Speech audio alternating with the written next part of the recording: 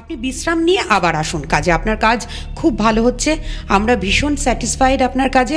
আপনি বিশ্রাম নিয়ে আবার আসুন, কাজে ফিরে আসুন। সবাই বলছে, আমিও দেখেছি, আপনি না একটু নিজের মনে মনে কথা বলেন। হ্যাঁ, আপনি নিজে নিজে কথা বলেন। কেন কথা বলেন নিজে নিজে? কোথায়? এই তো, এই যে আপনি একা একা কথা বলছেন, দেখুন কেউ নেই আপনার সাথে। মানে উনি তো তখন শান্তনুবাবু বললেন যে এই যে বসে আছে, আপনারা কেউ দেখছেন না, ওকে কেউ দেখতে পাচ্ছেন না? না। তখন এই চিৎকার চেঁচামেচিতে বৃদ্ধা বেরিয়ে এলেন রান্নাঘর থেকে।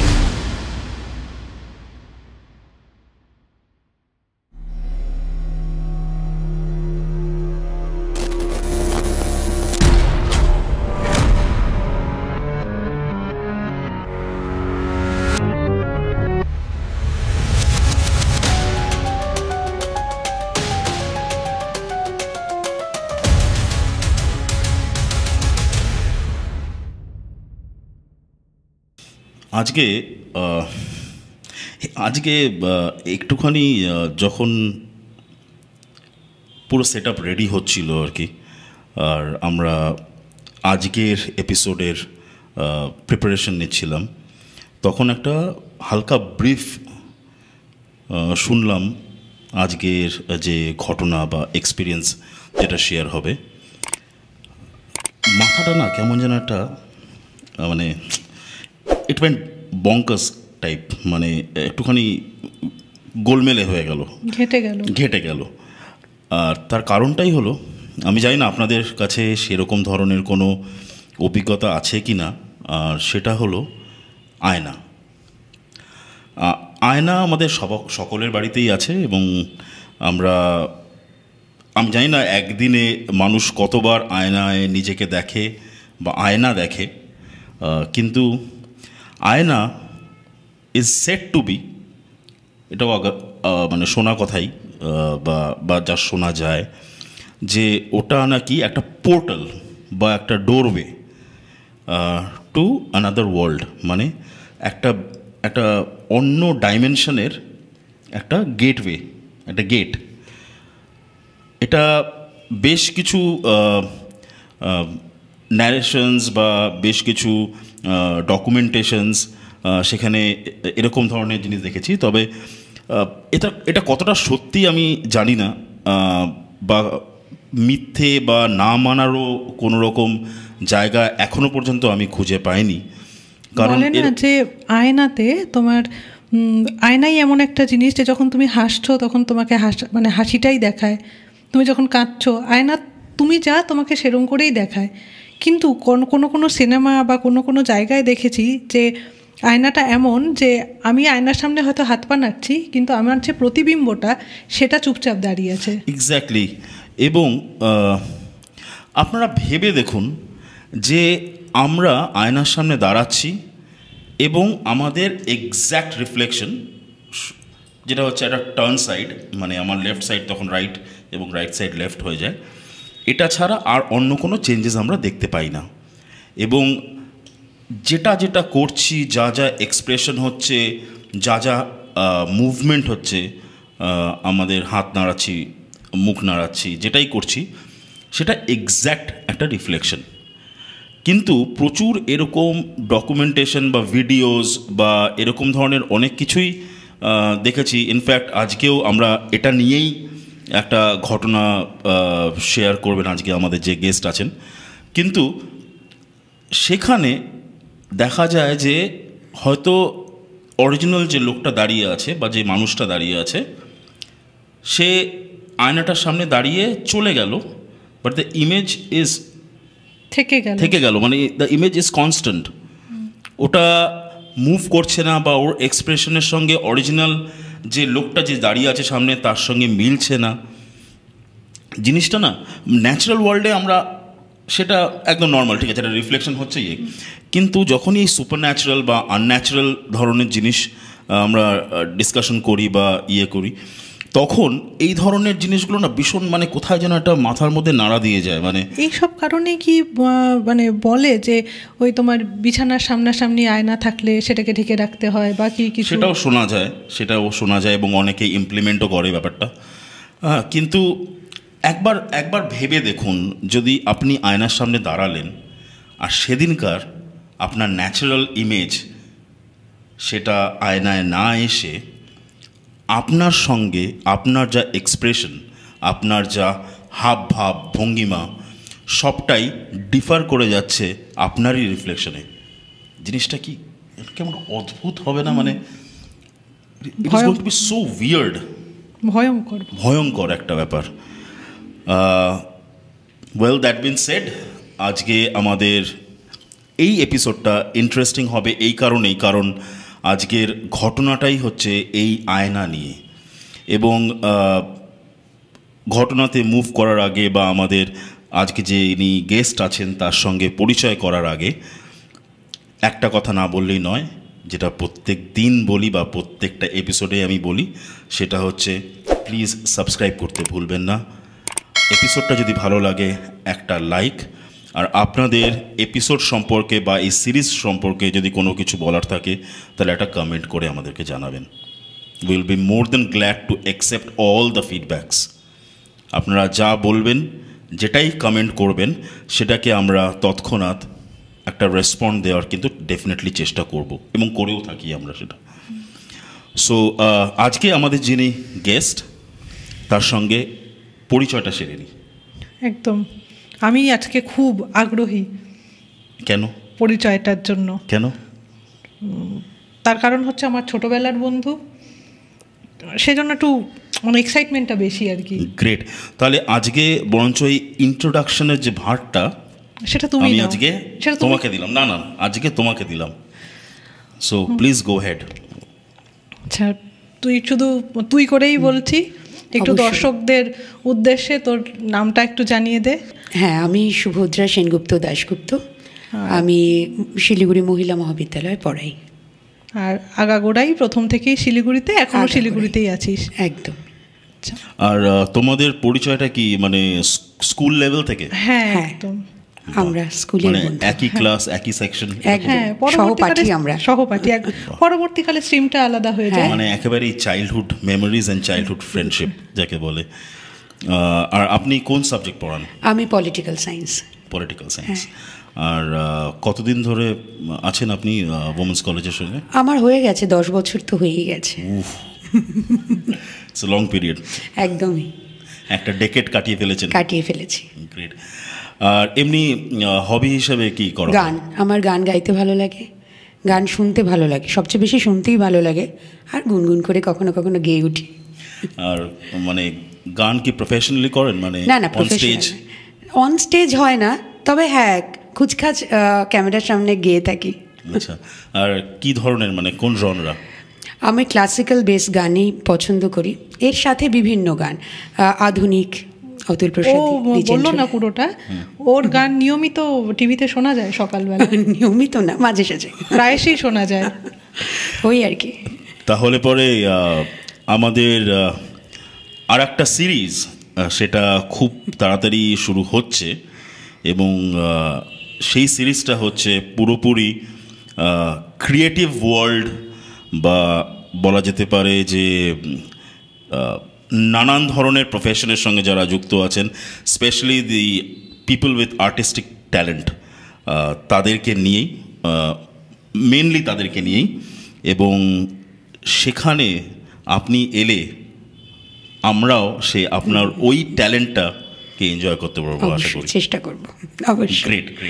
সো আজকে আমরা কি শুনবো আপনার যে ঘটনা? আমি আজকে যে ঘটনাটি বলবো সেটি নিছক গল্প নয়, এটি একদমই সত্য ঘটনা। আমি আমার এক রিলেটিভের থেকে শুনেছি। গল্পটি হলো শান্তনু মুখার্জি বলে একজন ভদ্রলোক। এটি সময়কালটা বললে বুঝতে সুবিধে হবে, পশ্চিমবঙ্গের 71-72 সময়কালীন ঘটনা। তিনি কলকাতার সোদপুরের বাসিন্দা আর কি, সোদপুরে থাকেন উনি। তো ওখান থেকে উনি আশুতোষ কলেজে ওনার যাতায়াত, কারণ পড়াশুনোর সূত্রে উনি আশুতোষ কলেজে পড়তেন। তো পরীক্ষা হয়ে গিয়েছে, এই সময়ে উনি উত্তরবঙ্গে ওনার মাসির বাড়িতে ঘুরতে আসেন। আচ্ছা। তো মাসির বাড়িতে এসে তো এবার গ্র্যাজুয়েট হয়ে গেছে, এবার তো চাকরির চেষ্টার জন্য সবাইকে বলতে থাকেন যে চাকরির জন্য ব্যবস্থা করতে। তো এমন সময় একটা ব্যবস্থা হয়েও যায়, উনি খবর পান, মানে সেই যার বাড়িতে ঘুরতে এসেছেন মাসির বাড়ি, সেখান থেকেই খবর পেয়েছেন যে ডুয়ার্সের একটি চা বাগানে ম্যানেজারিয়াল পোস্টটা ফাঁকা আছে, সেখানে চাকরির জন্য উনি অফারটা পান, এবং বলাই বাহুল্য উনি নিয়েও নেন অফারটা, কারণ ওনার চাকরির দরকার। তো এবার তো চাকরিতে জয়েন করার পালা। তো সেই সময় ডুয়ার্সে অত অহরহ বাস ছিল না, 1-2 বাস ছিল। তো বাসে করেই উনি এলেন ডুয়ার্সে, চা বাগানে জয়েন করেছেন ম্যানেজার। তো কোয়ার্টার, যে বাগানের নিয়ম অনুযায়ী কোয়ার্টার দেওয়া হলো ওনাকে। কোয়ার্টারটা খানিকটা বলে দিই আর কি, কোয়ার্টারটা কাঠের, ওপরে টিন, এবং সিঁড়ি দিয়ে উঠে এক ফালি বারান্দা, বড় লম্বা বারান্দা, একেবারে আমাদের উত্তরবঙ্গের যে পুরনো কাঠের বাড়িগুলো ওরকমই। সরি টু ইন্টারাপ্ট করলাম, কিন্তু ডুয়ার্সে উনি যেখানে চাকরি করতে এসেছেন আর কি, কোন জায়গা ডুয়ার্সের ওটা? চা বাগানেরটা আমি অত শুনিনি, মানে চা বাগানটার নাম এই মুহূর্তে আমার মনে পড়ছে না। ডুয়ার্সেই অবস্থিত। তো যাই হোক, ওই যে কথা বলছিলাম যে একফালি বারান্দা বড়, এবং বারান্দাটার একদম শেষ প্রান্তে একটা ঘর, একটা ঘর। সেই ঘরে আসবাব বলতে তেমন কিছু নেই, শুধু একটা আলমারি, কাঠের আলমারি, আর একটা সোফা। আর ঘরটার পাশে আর একটা ঘর, সেই ঘরটায় কিছু নেই, একটা আয়না আছে শুধু। সেই আয়নাটা আবার বসার ঘর থেকে সরাসরি দেখা যায়, এরকম আর কি ঘরটার সাজানোটা আর কি এরকম। তো যাই হোক, এবার উনি তো জয়েন করলেন ওখানে ম্যানেজারিয়াল পোস্টে। এবার তো উনি কোয়ার্টারে থেকে কাজকর্ম সেরে তারপরে অফিস করবেন, আবার অফিস থেকে এসে রান্নাবান্না করবেন, এটা তো সম্ভব নয়। তখন তিনি একটা কাজের জন্য, মানে কাজে সাহায্য করার জন্য একজনকে খোঁজ করতে থাকলেন, বাগানেই সবাইকে খোঁজ করতে থাকলেন। তো এরকম অবস্থায় বাগানেরই এক কর্মী, ওনারা স্বামী স্ত্রী দুজনেই বাগানেরই কাজ করে। তো তারাই বললেন তাদের মা এখন বৃদ্ধা, কিন্তু বাগানে কাজ করতেন তিনি এক সময়। তো যদি শান্তনুবাবুর মত থাকে তাহলে ওখানে কাজ করবো ওনার বাড়িতে। তো যাই হোক, তো অবশ্যই শান্তনুবাবু মত দিয়েও দিলেন, হ্যাঁ কাজ করবে। তো পরের দিন যথারীতি ওই বৃদ্ধা তার এক নাতনিকে নিয়ে এলেন কাজে। এবার কাজে গেলেন, বৃদ্ধা রান্নাঘরে গেলেন। আচ্ছা, এই সময় রান্নাঘরটা কোথায় এটা একটু বলে দিই, তাহলে বুঝতে সুবিধা হবে। ওই যে লম্বা বারান্দাটা, সিঁড়ি দিয়ে উঠে লম্বা বারান্দা থেকে বাঁদিকে নেমে গেলেই রান্নাঘর। আচ্ছা, এবার বৃদ্ধা রান্না করতেন এবং চৌকাঠে ওনার নাতনি বসে থাকতেন। রান্নাঘরের চৌকাঠে নয়, ওই যে ওই বসার ঘরটা যেখান থেকে সরাসরি আয়না দেখা যায়, সেই বসার ঘরের চৌকাঠে নাতনি বসে থাকে। আর শান্তনুবাবু নাতনির সাথে বিভিন্ন রকম গল্প করে। ছোট বাচ্চা, ওর বয়স 8 কি 9 বছর হবে, বাচ্চা মেয়ে ওর সাথে গল্প করে। তো বিভিন্ন রকম গল্প, যেমন কিরে তোর নাম কি, বাচ্চাটি উত্তর দেয় আমার নাম লালি। তারপর কিরে তুই কোন ক্লাসে পড়িস, পড়াশুনো করিস? তো লালি উত্তর দেয়, না আমার ভালো লাগে না পড়াশুনো করতে, আমি পড়াশুনো করি না। তো এইরকম প্রতিদিন ওদের গল্প চলতেই থাকে। শান্তনুবাবু এবং ওই বাচ্চাটার একটা মানে অসমবয়সী এক বন্ধুত্ব হয়। বাচ্চাটিও গল্প করে বিভিন্নভাবে, শান্তনুবাবু বেশ গল্প করে। আর মনে মনে এটাও ভাবেন যে সেই রবীন্দ্রনাথের পোস্টমাস্টারের মতন, যে একটা মানে কলকাতা শহর থেকে এসে, মানে একটা অচপাড়া গায়ে এসে রতনকে পেয়েছিলেন, কিন্তু মানে শান্তনুবাবু পেয়েছেন ডুয়ার্স। তখন তো অত মানে ওই চা বাগান বলছি, চা বাগানের অবস্থা তখন তো দিনের আলো নিভতে না নিভতেই একেবারে নিঝুম, চারিদিকে ঝিঝি পোকা ডাকছে, একটা একেবারে মানে পাণ্ডব বর্জিত জায়গা বলতে যা বোঝায়, জনমানবহীন আর কি। তারপর সময়টা আবার বলছি 70-71, মানে ওই সময় তো একেবারেই টালমাটাল অবস্থা আর কি। তো যাই হোক, তো সেখানে ও ভাবছে আমি তো লালিকে পেয়েছি, মানে সঙ্গী বলতে লালি। সারা দিন হলো, পরের দিন তো আবার ওই ছোট্ট মেয়েটি আসবে, ওর সাথে গল্প করব, এরকম একটা ব্যাপার। তো এভাবে তো চলতে থাকলো দিন। দিন চলতে থাকলো। প্রতিদিনই আসেন, উনি রান্না করেন আর বাচ্চা মেয়েটির সাথে গল্প করে, এভাবে সময় কাটছে। এবং শান্তনুবাবু চাকরি করছেন। তো এভাবে যায়, বেশ কিছুটা দিন যায়, 1-2 মাস চলে যায়। তারপরে বাগানের মালিক যিনি, আচ্ছা তার আগে একটা কথা বলি যে শান্তনুবাবু না মাঝখানে একটু লক্ষ্য করেন যে যে ওনাকে দেখলে কিছু মানুষ খুব গুজগুজ খুসখুস করছে, মানে কথা বলছেন, উনি সামনে যান, কথাটা থেমে যায়। হ্যাঁ, মানে দূর থেকে দেখছেন, কথা বলছেন মানুষজন, কিছু জিজ্ঞাসা করছে কেন বলছো, সবাই থেমে যায়, কেউ কিছু বলছে না। কিন্তু এই ব্যাপারটা উনি দেখেছেন, কিন্তু অত গা করেননি, চলছে দিন যেমন চলার চলছে। তারপরে একদিন ওনাকে দেখেই হ্যাঁ ওনাকে দেখে গুজুর করা হচ্ছে। দূর থেকে দেখছেন শান্তনুবাবু যাচ্ছেন, কিছু মানুষ একত্রিত হয়ে আছে, ওরা একটু বলছে, কিছু বলছে। কিন্তু উনি যখন জিজ্ঞাসা করছেন কি হয়েছে, কিছু বলবে বা তোমরা কিছু আলোচনা করছো, তখন ওরা একেবারে মানে স্ট্রিক্টলি ডিনাই করে যে না না না কিছু না, আপনাদেরকে নিয়ে এরকম ব্যাপার। তো যাই হোক, এভাবে চলতে থাকে, কিছুদিন কাটতে থাকে এভাবে। তারপরে একদিন বাগানের মালিক শান্তনুবাবুকে ডেকে পাঠান যে কি বিষয়, না একটু আসুন, কথা আছে আপনার সাথে। তবে গেলেন শান্তনুবাবু, তো বললেন যে আপনার একটু বিশ্রাম দরকার। মালিক বললেন ওনাকে, আপনার একটু বিশ্রাম দরকার। হ্যাঁ, তো উনি তো হতভম্ব, কেন আমার বিশ্রাম, আমি তো বেশ আছি। হ্যাঁ বেশ আছি, সকালে উঠছি, রান্না বান্না করছেন, লালির সাথে গল্প করছি, আমার তো জন্মনে আমার এখন শরীর মানে আনন্দ আমার সারাদিন।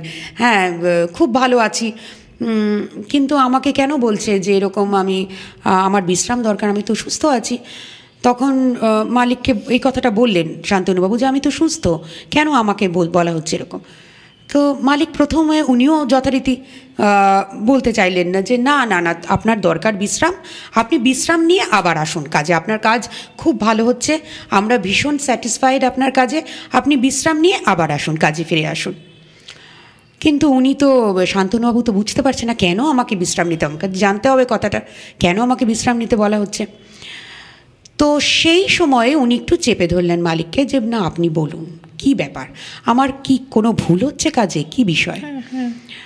তখন মালিক বললেন আপনি সবাই বলছে, আমিও দেখেছি আপনি না একটু নিজের মনে মনে কথা বলেন। হ্যাঁ আপনি নিজে নিজে কথা বলেন, কেন কথা বলেন নিজে নিজে।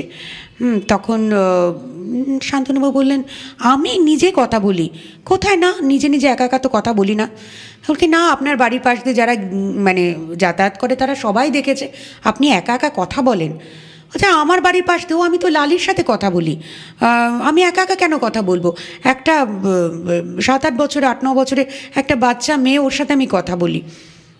বললো না আপনি তো কেউ তো থাকে না সামনে, আপনি তো একাই কথা বলেন। তাহলে ঠিক আছে।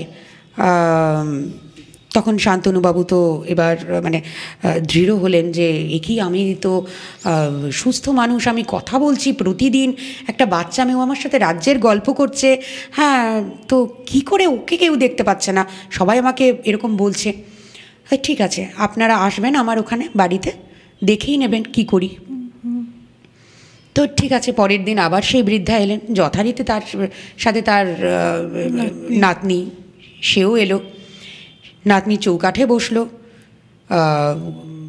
উনি কথা বলা শুরু করলেন শান্তনুবাবু বাচ্চাটির সাথে কথা বলছেন। তখন আবার মানুষজন যারা ছিলেন ওখানে দেখার জন্য তারা এবার প্রকাশ্যে এসে ওনাকে গিয়ে বললেন যে কোথায়, এই যে আপনি একা একা কথা বলছেন, দেখুন কেউ নেই আপনার সাথে।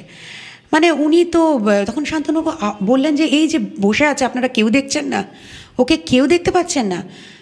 না, তখন এই চিৎকার চেঁচামেচিতে বৃদ্ধা বেরিয়ে এলেন রান্নাঘর থেকে, বেরিয়ে এলেন এবং শান্তনুবাবু বললেন যে উনি ওই যে ওনার বাচ্চাটি লালির ঠাকুমা কাজ করছে ওখানে, ওনার নাতনি লালি, আমি লালির সাথে গল্প করছি। তখন বৃদ্ধা যিনি রান্না করছেন মানে রান্নার কাজে আছেন, তিনি মানে হঠাৎ করে কেঁদে উঠলেন। উনি বললেন কি করে দেখতে পাবে, ও তো 2 বছর আগে পথ দুর্ঘটনায় মারা গিয়েছে। হ্যাঁ হঠাৎ করে মানে শান্তনুবাবুর মানে হিমশীতল যে স্রোত সেটা মেরুদণ্ড দিয়ে বেয়ে গেল আর কি। উনি বুঝতে পারছেন না যে কি হচ্ছে, আমি দেখতে পাচ্ছি। তখন বৃদ্ধা হঠাৎ করে আয়নার দিকে তাকিয়ে দেখেন যে আয়নায়ও একটা বাচ্চার একটা প্রতিবিম্ব আর কি আয়নায় দেখা যাচ্ছে, কিন্তু যখন উঠোনের দিকে তাকাচ্ছে, দালানের দিকে তাকাচ্ছে, তখন নেই। আয়নার দিকে তাকালে তিনি তার নাতনির প্রতিবিম্বটা দেখতে পেলেন। মানে নাতনি, মানে লালির প্রতিবিম্ব আসছে আর কি, সে নাতনি। হ্যাঁ, সে নাতনি। সে পথ দুর্ঘটনায় মারা গিয়েছে, 2 বছর আগের ঘটনা। এবার এটা তো ভীষণই হতভম্ব হয়ে গিয়েছেন আর কি। মানে শান্তনুবাবু বুঝতে পারছেন না মানে কি কেন লালি ওনাকে দেখা দিল। এত গল্প, মানে এত দিন ধরে এত মানে যেটা হয় আর কি, শিশুদের সারল্য ভরা কত গল্প, কত কথা, তো এর মধ্যে নিজেও হারিয়ে গিয়েছিলেন জানি কোথায়। হঠাৎ করে যেন সম্বিত ফিরে পেল, কি জানি, কেউ নেই, কোথাও কেউ নেই। হ্যাঁ, ভাবলেন যে তাহলে মানে এখন ওনার অস্বস্তি লাগছে। সত্যি এখন ওনার মনে হচ্ছে এখন উনি অসুস্থ। মানে এতদিন ধরে মানুষ মানে সেটাই কানাঘুষো হয়তো বা করছিলেন যে মানুষটা কি একটু মাথা টাথা খারাপ, কেন নিজের মনে বিড়বিড় করে। হ্যাঁ, কেন নিজের মনে, মানে ওটাই, মানে এতদিন একটা অন্যরকম একটা পৃথিবীতে উনি বাস করছিলেন, যে একটা ভালো একটা লাইফ ভালো চলছে, হ্যাঁ, কাজে কর্মে একটা বাচ্চা মেয়ে আসছে, তার সঙ্গে নানান ধরনের কথা। এখন ওরকম একটা খুব একটা লোকালয় নেই, খুব একটা মানে লোকজন নেই, এবং সেখানে একটা সঙ্গী, সে বাচ্চাই কিন্তু এটা সঙ্গী, এটা কথা বলার সঙ্গী তার সঙ্গে। এবং রিয়েলিটি যখন আসলো, কিছু দেখাচ্ছে, যখন আসলো, তখন তার মানে একটা শক, একটা স্টান্ড হয়ে যাওয়ার মতনই ব্যাপার আর কি। একদমই তাই। আর বাগানের যে চা বাগানের যে আর 71-72-এর চা বাগান ওই সময়, এখন তো অনেক উন্নত, কিন্তু সেই সময় তো ঝিঝি ডাকছে এবং দূরে ঝর্ণা বয়ে যাচ্ছে, সে তার একটা গর্জন আওয়াজ শাসা করে, মানে একটা মানে সূর্য ডোবার পরেই একটা ভৌতিক পরিবেশ, ভৌতিক আবহ চারিদিকেই থাকে। সেখানে লালির মতন একটা বন্ধু যে প্রতিদিন সকালবেলা এসে রাজ্যের গল্প করে হঠাৎ করে লালি বলে কারোর অস্তিত্বই নেই, হ্যাঁ, মানে ছিল 2 বছর আগে, এই মুহূর্তে নেই, সেটা যেন মানে শান্তনুবাবুকে বিচলিত করে ফেলে। এবং এবার উনি সত্যি একটু বিশ্রামের ওনার দরকার হয়। চাকরি ছাড়ার প্রশ্ন নেই, উনি চলে গেলেন আর কি সোদপুরে, ওনার বাড়িতে একটু লম্বা বিশ্রাম নিতে একটু। তারপরে আবার উনি কাজে জয়েন করেন, এবং অবশ্যই ওই কোয়ার্টারে আর উনি ছিলেনও না, অন্য জায়গায় ব্যবস্থা করা হয়েছিল আর কি। এটা না ভয়াবহ না, মানে খুব কোথাও একটা খুব নাড়া দিয়ে গেল, মানে খুব খারাপ লাগা একটা কাজ করছে। হ্যাঁ, বাট সেটা একটা ইমোশনাল অ্যাসপেক্ট যেটা তুমি বলছো একদমই। বাট আমি কিন্তু সেই প্রথমে যা বলেছিলাম সেটাই, মানে অল অফ আ সাডেন, হ্যাঁ, আমি একটা জিনিস করছি, আমার একটা ডেইলি অ্যাক্টিভিটি, এবং তার মধ্যে দুম করে জানলাম যে যেটা হচ্ছে ওটা অ্যাকচুয়ালি এক্সিস্টই করে না। মানে যাকে নিয়ে আমার জীবনটা মোটামুটি আমার জীবনের একটা অংশ হয়ে গেছে, বেশ কয়েকটা দিন চলছে, সে এক্সিস্টই করে না। তার আমাদের রিয়েল ওয়ার্ল্ডে তার কোনো প্রেজেন্স নেই। এবার সত্যি বিশ্রামের প্রয়োজন। একদমই তাই। মানে ওই সময় ভীষণভাবে নিজেকে শক্ত করে রাখাটাই একটা সাংঘাতিক ব্যাপার। আর কারণ এটা আমি জানি না, মানে ওই সময় ওনার কোনো একটা সাইকোলজিক্যাল ডিলিউশনস হয়েছিল বা কোনো একটা ভাব বা কোনো কিছু, আমি সেটা জানি না। এবং বা সত্যি করে অ্যাকচুয়ালি যেটা হয়েছিল আর কি, যে লালির স্পিরিট হয়তো সত্যি করে ওনার সঙ্গে দেখা করেছিল এবং একটা ডেইলি অ্যাক্টিভিটির মতন করে জীবনযাপন চলছিল আর কি। হ্যাঁ, কিন্তু এরকমও হয়, হয়তো দুজনেই খুব একা ছিল সেই জন্য, বা কিছু হতেই পারে। বা হয়তো ঠাকুমার সঙ্গে হয়তো আগে হয়তো ওই ঠাকুমা যখন কাজে যেত হয়তো ও সঙ্গে যেত, সেজন্য ঠাকুমা আবার নতুন করে যে কাজে জয়েন করেছে আর কি, সেই ঠাকুমার সঙ্গে আবার অভ্যেসবশত হয় না এরকম, মানে নাতি নাতনিরা ঠাকুমাদের দাদু ঠাকুমার সঙ্গে সঙ্গে চলতে, it's a very emotional kind of a thing. আমি জানি না আপনারা কতটা এটার সেন্সিটিভিটিটা বুঝতে পারলেন বা বা একটা ডেফিনেটলি একটা অদ্ভুত রকমের একটা অ্যাঙ্গেল আছে, যেটা হচ্ছে একটা ভৌতিক ভৌতিক বটেই, তবে একটা আদারওয়ার্ল্ডলি একটা প্রেজেন্স, একটা মানে আপনাদের সঙ্গে কি তার ওনার যোগাযোগ আছে এখনও না? হ্যাঁ, যোগাযোগ তো আছেই, কিন্তু মানে ওই হিসেবে যোগাযোগ নেই। অনেক ছোটোবেলায় মানে গল্পটা শুনেছিলাম, কিন্তু সেই ঘটনাটা মানে শুনেছিলাম, কিন্তু ঘটনাটা উনি নিজে প্রত্যক্ষ করেছেন, তো ওটা বোধহয় আজীবন ওনার মনের মধ্যে একেবারে গেঁথে থাকবে।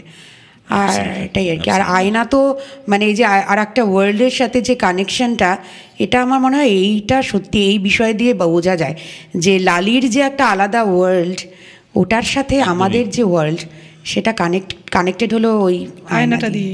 একদমই।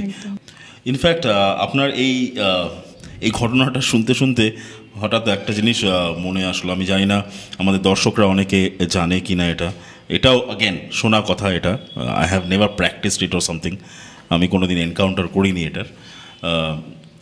বলা হয় মাঝরাত মানে কি, মানে ওই 3:15 রাত 3:15 নাগাদ যদি আয়নার সামনে দাঁড়িয়ে 3বার ব্লাডি মেরি যদি বলা যায়, তাহলে আয়নার দিকে তাকিয়ে আর কি, তাহলে পরে একটা এন্টিটি, একটা নেগেটিভ এন্টিটি দেখা যেতে পারে in front of the mirror, আয়নার সামনে।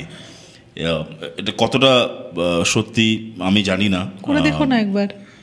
আমার সেই I do not have that guts to do, আমার সেই সাহস নেই, এবং আমি কেন ডিস্টার্ব করবো? সেই পৃথিবীটাকে আমার ডিস্টার্ব করার তো কোনো দরকার নেই, ভালো আছি, সুখে আছি। এবং ওই নেগেটিভ এন্টিটি বা যেটাই আসে আর কি ওই আয়নায়, শুনেছি মানে কিছু না কিছু একটা নেগেটিভ অ্যাক্টিভিটি করে, বা সেটা কতটা ডেডলি আমি সেটা জানি না, তবে it is also been said. So আপনারা যদি কেউ জানেন এটার সম্বন্ধে আমাদেরকে কমেন্টে জানাবেন। আর থ্যাংক ইউ সো মাচ, আজকে আপনি আসলেন এবং আমাদের এই সিরিজের একটা পার্ট আপনি আজকে থেকে আর কি, বিকজ আপনি এরকম একটা ইনসিডেন্ট আমাদেরকে শোনালেন, যেটা কোথাও একটা ডেফিনেটলি মানে একটা ডার্কনেস, একটা হলোনেস, একটা সেটা তো আছেই একটা, কিন্তু তার সঙ্গে একটা কোথাও যেন একটা ইমোশনাল ইম্প্যাক্ট দিয়ে গেল। So thank you once again, নমস্কার।